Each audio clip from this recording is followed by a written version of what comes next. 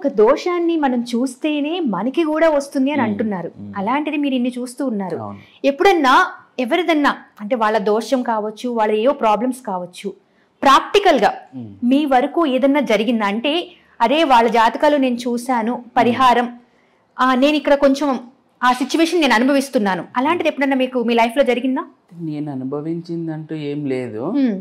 ఒకనొకసారి ఒక క్లయింట్ వచ్చాడు ఒక 1.5 year బ్యాక్. అతని జాతకంలో కలత్ర సందయోగం అని ఒకటి ఉంది. కలత్ర సందయోగం అదొక very very complicated and personal యోగం అన్నమాట ఇది. చాలా పర్సనల్ యోగం ఇది. నేను చెప్పాను కలత్ర సంద యోగం ఉంది నీకు అంటే అతను కూడా ఏంది ఇది అన్నాడు. నిజంగానే అది కొత్తగా ఉంది, ఆ వర్డే చాలా కొత్తగా ఉంది. కలత్ర సంద ఏంది ఇది అన్నాడు. ఏంది ఇది అన్నా అంటే చెప్పాను కొంచెం పర్సనల్గా పిలిచి ఇట్లా ఉంటుంది నీకు సమస్య అంటే అట్టెట్లయితుంది అన్న అట్టేం లేదు ఏందనుకున్నావు నేను అంటే అది ఇది అని వీడు ఓవర్ యాక్షన్ చేసినాడు. తర్వాత మళ్ళీ ఆ పెళ్ళైన 8 నెలలకు వచ్చినాడు, వాడు సఫర్ అవుతున్నాడు అని చెప్పి. సరే ఏంది కలత్ర సందయోగం అంటే? కలత్ర సందయోగం అంటే ఫ్రిజిడిటీ ఇన్ సెక్స్ అన్నమాట. అంటే ఇప్పుడు భార్యాభర్తలు ఉంటారు, కొంతమంది చూసారా మీరు పాతకాలం కొన్ని వారపత్రికలు చూస్తే ప్రత్యేకంగా కొన్ని కాలమ్స్ వచ్చేవి. కలత్ర సందయోగం అంటే భార్య సెక్స్ లో సహకరించకపోవడం, లేదంటే వీడు సహకరించకపోవడం. You know they have so much of desires but ఎవరికి ఎవరు సహకరించుకోరు. వీడికి బాగా ఇంట్రెస్ట్ ఉంటే ఆమెకు ఉండదు, అసలుకి ఇంట్రెస్ట్ లేదు అనేది ఏదో కారణం చెప్పి తప్పించుకునేది. మనకు గైనిక్ లేదు ఫ్రిజిడిటీ అంటారు ఉమెన్స్ కుంటే, ఆ స్తంభించి పోవడం అంటారు, అది ఉండడం. లేదంటే వీడికి some kind of erectile dysfunctions, ఆ కేటగిరీలో సంబంధించిన లోపాలు ఉండడము. ఎన్నిసార్లు ఆమె క్లోజ్ మూవ్ కావాలని చూసినా వీడు కాకపోవడము. అంటే మీరు అర్థం చేసుకోండి, ఈ ప్రాబ్లమ్స్ నే కలత్ర సందయోగం అంటారు. అంటే సంసార పరంగా చేయాల్సింది ఏదైనా సరే ఇది ఉంటే మాత్రం వాళ్ళది మంచిగా ఉండదు. ఏదో ఊరికే సమాజం కోసం, బట్ ఇంటర్నల్ గా ఎంత సఫర్ అవుతుంటారు అనేది ఆ యోగం. అదే ఇప్పుడు చూడండి యోగము దోషం అనే దానికి దీని పేరు చూడండి కలత్ర సందయోగం అని పెట్టారు, కానీ ఇట్స్ వెరీ నెగిటివ్ ఎఫెక్ట్, కానీ దానికి యోగం అని పెట్టారు చూడండి. ఎందుకు? అది ఇంపాక్ట్ పడకోకుండా. ఆ కలత్ర సంద యోగమునోళ్ళకి తెలుస్తుంది ఆ బాధ. లేడీకి ఉందనుకోండి, ఆమెకు పాపం ఏమీ యాక్టివేషన్ లేకపోవడం ఆమె, వీడికుంటే వీడు అట్లా అయిపోవడం, ఓవరాల్ గా సఫరింగ్ ఇద్దరికి. కలత్ర సంద యోగం. ఇంకా వెరీ కాంప్లికేటెడ్ అంటే భృగుషట్క దోషం అంటాం. అంటే ఏంటి ఇది? భృగుషట్క దోషం అంటే ఇది శుక్రుడు ఇచ్చేది, శుక్రగ్రహం ఇచ్చేది. ఇది ఏం చేస్తుందంటే ఇది ఇంచుమించు కలత్ర సందయోగం లాంటిదే, బట్ అదొక్క ఆస్పెక్టే కాదు, దీనికి మల్టిపుల్ ఆస్పెక్ట్ లో ఇస్తుంది ప్రాబ్లమ్స్. ఇచ్చేదే లేడీస్ నుంచి, లేడీస్ నుంచే ఇస్తుంది. కాస్త డబ్బు ఎఫెక్ట్ కూడా ఉంటుంది. దీనికి చాలా పరిహారాలు ఉంటాయి, అవన్నీ చేసుకోవడం ద్వారా ఈ మీరు ఇంత కాంప్లికేటెడ్ అన్నారు కానీ ఇది చెప్పాను. ఇట్లా చాలా ఏమన్నారు ఆ వర్డ్ ని? కలత్ర సందదో యోగం. ఇది అనేది చాలా మీరు అనుకోవచ్చు ఎన్నో రెగ్యులర్ గా ఉంటాయి ఇవి. మనం ఎవరు ఈచ్ అండ్ ఇండియో హోరోస్కోప్ తీసుకుంటే అర్థమైపోతుంది. ఎంతమంది లేరు నాకు ఇట్లాంటి సంఘటన నేను నా క్లయింట్స్ లో కూడా 2-3 చేసి చూశాను. లేటెస్ట్ కూడా కాల్లో కూడా ఇట్లనే చాలా బాగా. దీనికి నివారణ ఉందా అన్న? నివారణ అదే వాళ్ళ జాతక రీత్యా ఆ గ్రహాల టార్గెటింగ్ కొన్ని హోమాలు ఉంటాయి, అవి చేసుకోవడం వల్ల నివృత్తి చేసుకోవచ్చు. అంటే ఏదైనా సరే గ్రహం మీదే డిపెండ్ అయి ఉంటుంది. అంతే కదమ్మా, జాతకం అంతా నవగ్రహాల మీద రన్ అవుతుంది. అన్న ఈ మధ్య కాలంలో ఇప్పుడు మీరు గ్రహం ప్రతిదీ ఏదైనా సరే గ్రహం త్రూనే తిరుగుతుంది అంటున్నారు. ఈ మధ్య కాలంలో చిన్నవి అంటే ఫీవర్ వస్తుంది, అది డెంగ్యూకి వెళ్తుంది, మలేరియాకి వెళ్తుంది, అంటే ఇదివరకు కూడా ఫీవర్స్ వచ్చాయి కానీ ఎప్పుడు ఇంతలా లేదు. ఇప్పుడు ఏంటి ఫీవర్ వస్తుంది లేదు, సడన్ హార్ట్ స్ట్రోక్స్ వస్తూ ఉంటాయి, చిన్న పిల్లలు చనిపోతున్నారు.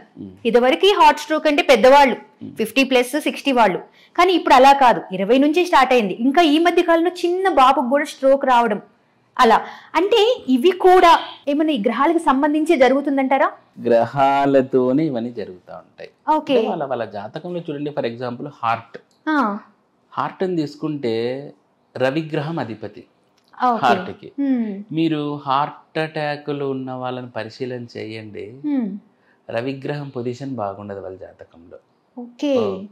ఫర్ ఎగ్జాంపుల్ తులలో రవి ఉండి లగ్నానికి 6 కానీ 12 కానీ 2 స్థానాల్లో ఉండి శని చేత చూడబడిన, లేదంటే ఒకవేళ రాహుగ్రస్తమైనా కానీ మనకి హార్ట్ అటాక్ వచ్చే అవకాశాలు ఉంటాయి. ఇది నేను ఒక యాంగిల్ చెప్తున్నా. దీంట్లో ఇందాక మల్టిపుల్ ఆస్పెక్ట్లు కూడా ఉంటాయి. ఫర్ ఎగ్జాంపుల్ అది చిన్నపిల్లల పెద్ద పిల్లల అని కాదు, ఆ దశలు ఇందాకే చెప్పాను కదా, ఆ దశల్ని బట్టి ఆ ఎఫెక్ట్ ఇవ్వాలా అనేది.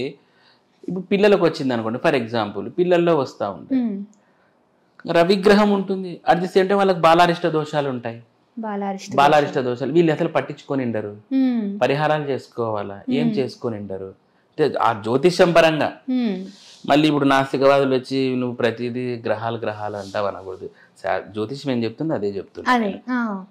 ఇప్పుడు ఫర్ ఎగ్జాంపుల్ డెంగ్యూ, మలేరియా ఇవన్నీ ఉన్నాయి, ఇవి కేతువుతోటి వస్తాయి. రాహుకేతువులు ఉంటాయి కదా, కేతువుతోటి వస్తాయి. జ్వరానికి అధిపతి రవిచంద్రుడు.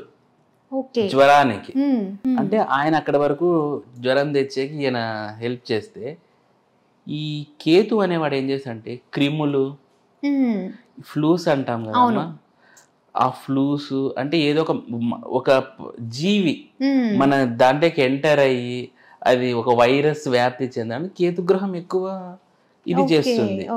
వాళ్ళ జాతకంలో కేతువు ఎక్కడున్నాడు, ఏ స్థితులను బట్టి ఇలాంటివి క్రియేట్ చేస్తాడు అనేది లెక్కేస్తే ఎప్పుడు ఏమి రాగలుగుతుంది అనేది ఆస్ట్రాలజర్ ప్రిడిక్ట్ చేయొచ్చు.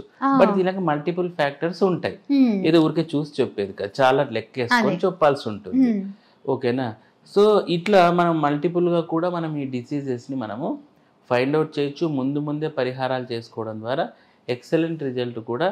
అంటే నీకు ఏదో పరిహారం చేస్తూనే ఇంక చక్కని లేస్తాడని కాదు, ఆ ఎఫెక్ట్ చాలా మటుకు తగ్గిపోతుంది. నేను ఇదే విషయమయ్యి మన టాప్ తెలుగులోనే ఫస్ట్ ఇంటర్వ్యూలో చెప్పాను మా అన్న బిడ్డ గురించి, చిన్న పాప గురించి. ఇట్లా తను వెరీ సిక్ అయింది. అప్పుడు కేతు గ్రహం చాలా సఫర్ చేసింది. నేను చాలా లెక్కేసి చెప్పాను, పలానా డేట్ కేతు వదులుతున్నాడు, ఆ రోజు పాప పాజిటివ్ రిజల్ట్ పొందే అవకాశాలు ఉంటాయని చెప్తే మీరు నమ్మరు. కేతు గ్రహం బెంగళూరులో మా పాపను అడ్మిట్ చేసాం, రెయిన్బో హాస్పిటల్లో. అప్పటికే తను 1 month నుంచి సఫర్ అవుతుంది. అర్థం చేసుకోండి, చిన్న పాప, 1.5 years 2 years లేవు. ఎన్నెన్నో అన్నీ చేశారు కానీ వర్కౌట్ అవ్వట్లేదు. లాస్ట్కి ఏదో ఆ డేట్ పలానా టైంలో కేతు రిలీజ్ అవుతాడు అని చెప్పినాను. మెడికేషన్స్ కూడా జరుగుతున్నాయిలేండి. కేతు ఆ టైంకి వెళ్తాదంటే ఆ టైంకి కేతు ఆ డేట్కి అతను వెళ్ళిపోవడం. ఈ అమ్మాయి డాక్టర్ వచ్చేసి నిజంగా అంటే ఇప్పటికీ రెయిన్బో బెంగళూరు హాస్పిటల్లో అడిగితే కూడా చెప్తారు మా పాప కేసు. రియల్ లేదు, ఇంత ఓపెన్ గా చెప్తున్నానంటే అర్థం చేసుకోండి. ఆ రోజు వరకు డాక్టర్లు ఏం చెప్పలేదు, చూద్దామన్నారు. అంటే చెప్తే భయపడతారు తల్లిదండ్రులు. నేను ఆ రోజు నైట్ అయిపోయింది, నేను మా అన్నకు చెప్పాను, రేపు కేతు వెళ్ళిపోతాడు, పాప బాగా అవుతుంది అని చెప్పాను. అంటే డాక్టర్ చూద్దాం, డాక్టర్ ఏమో అంతే కదా, అప్పుడు డాక్టరే నమ్ముతారు కదా, ఎవరు దేవుడు అయిపోతాడు కాబట్టి ఫస్ట్ డాక్టర్ అని అడుగుదామా. నిజంగా మా మిరాకిల్ ఆ రోజు మార్నింగ్ వచ్చి డాక్టరు, సార్ ఏమైంది ఏమో తెలియదు, అమ్మాయి బాగా అయింది, మీరు ఒక 2 days ఉంటే డిశ్చార్జ్ కావచ్చు, షీఈస్ ఫైన్ అన్నాడు. అప్పుడు మా బ్రదర్ నన్ను బిలీవ్ చేయడం స్టార్ట్ చేసినాడు. సబ్స్క్రైబ్ చేయండి, please do subscribe to please like, share and subscribe to top Telugu TV. Top Telugu TV.